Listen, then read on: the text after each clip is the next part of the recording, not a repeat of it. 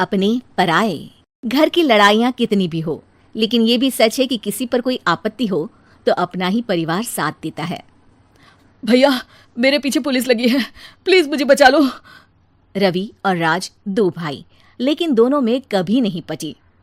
अरे क्या हुआ छोटे, क्या कर दिया तूने? अरे कुछ नहीं भैया, मेरा दोस्त है ना राजू, वो मुझे लेकर बैंक गया था। मुझे नहीं पता भैया कि वो वहाँ बैंक लूटने जा रहा है। मैं उसके साथ बैंक में घुसते ही सीसीटीवी कैमरे में दिख गया हूँ। अब पुलिस मुझे ढूंढ रही है भैया, मुझे बचा लो। राज कुछ सोचता है, फिर कहता है, ओके, तुम यहीं रुको, मेरा एक दोस्त पुलिस में है, मैं बात करता हूँ। तभी वहां रवि की बीवी राज की बीवी के साथ आ जाती है।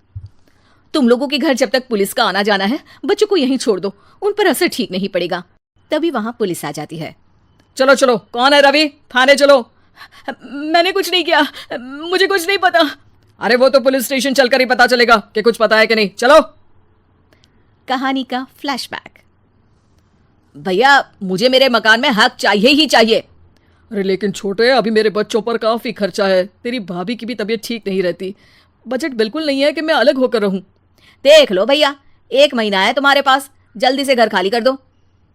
अरे कैसी बात कर रहे हैं भैया, मेरे शरीर में अभी इतनी हिम्मत भी नहीं कि घर को खाली करे। तो क्यों अपना पोषण बेचा भाभी? अरे तुम तो जानती हो, पिताजी की बीमारी के कारण उन्हें हमारी जरूरत थी, कैसे आते पैसे। ससुर जी तो बूढ़े थे भाभी, उनकी बीमारी में भी पैसे लगाना कौन सा अकल का काम था। तो क्या पिताजी को मैं मरने के लिए छोड़ देता? अरे रवि, तू तो समझ, पापा को हमारी जरूरत थी, उन्होंने हमारे लिए हर वो काम किया जिससे हमें खुशी मिले। बैक टू रवि, जो जेल में बैठा है। ये मैंने क्या कर दिया था? मैं ना पिता का हुआ ना ही भैया का, मेरे साथ जो हो रहा है ठीक ही हो रहा है। तभी वहां पुलिस वाला आता है। रवि, तुमसे कोई मिलने आया है। भाभी, आप यहाँ क्यों आई? पुलिस स्टेशन है ये भाभी। भैया, आपकी जगह मेरा भाई होता तो क्या मैं नहीं आती? अच्छा, ये खाना ले लीजिए, खा लीजिएगा। आपके भैया लगे हैं वकीलों और पुलिस वालों से बात करने में, डरने की कोई बात नहीं। जब आपने गुनाह किया ही नहीं तो सजा भी नहीं मिलेगी। रवि भाभी को देखकर रोने लगता है।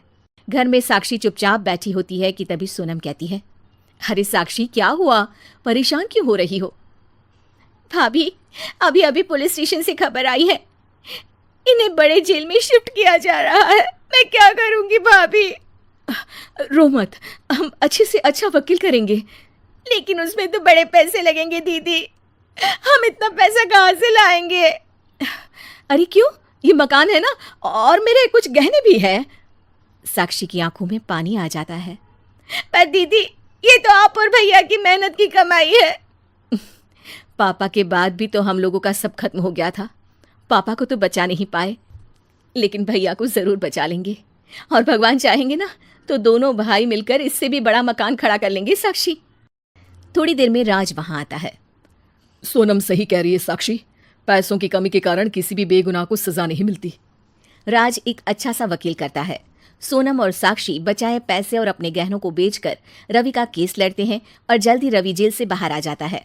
रवि राज को गले लगाकर कहता है, भैया मुझे माफ कर दो, मुझे साक्षी ने सब कुछ बताया है। भैया, आपने मुझ पर विश्वास किया, मेरे लिए दिन रात मेहनत की, भाभी ने अपने गहने तक बेच दिए।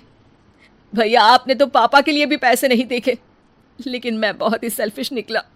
भैया, एक आखिरी बार मुझे माफ कर दो, मैं शर्मिंदा हूँ। अरे भाई, अपने तो अपने ही होते हैं, पापा ने हमारे लिए क्या नहीं किया, ये तुम्हें बताने की ज़रूरत नहीं है मुझे। और फिर तू तो मेरा भाई है, पैसे से बढ़कर रिश्ते होते हैं भाई।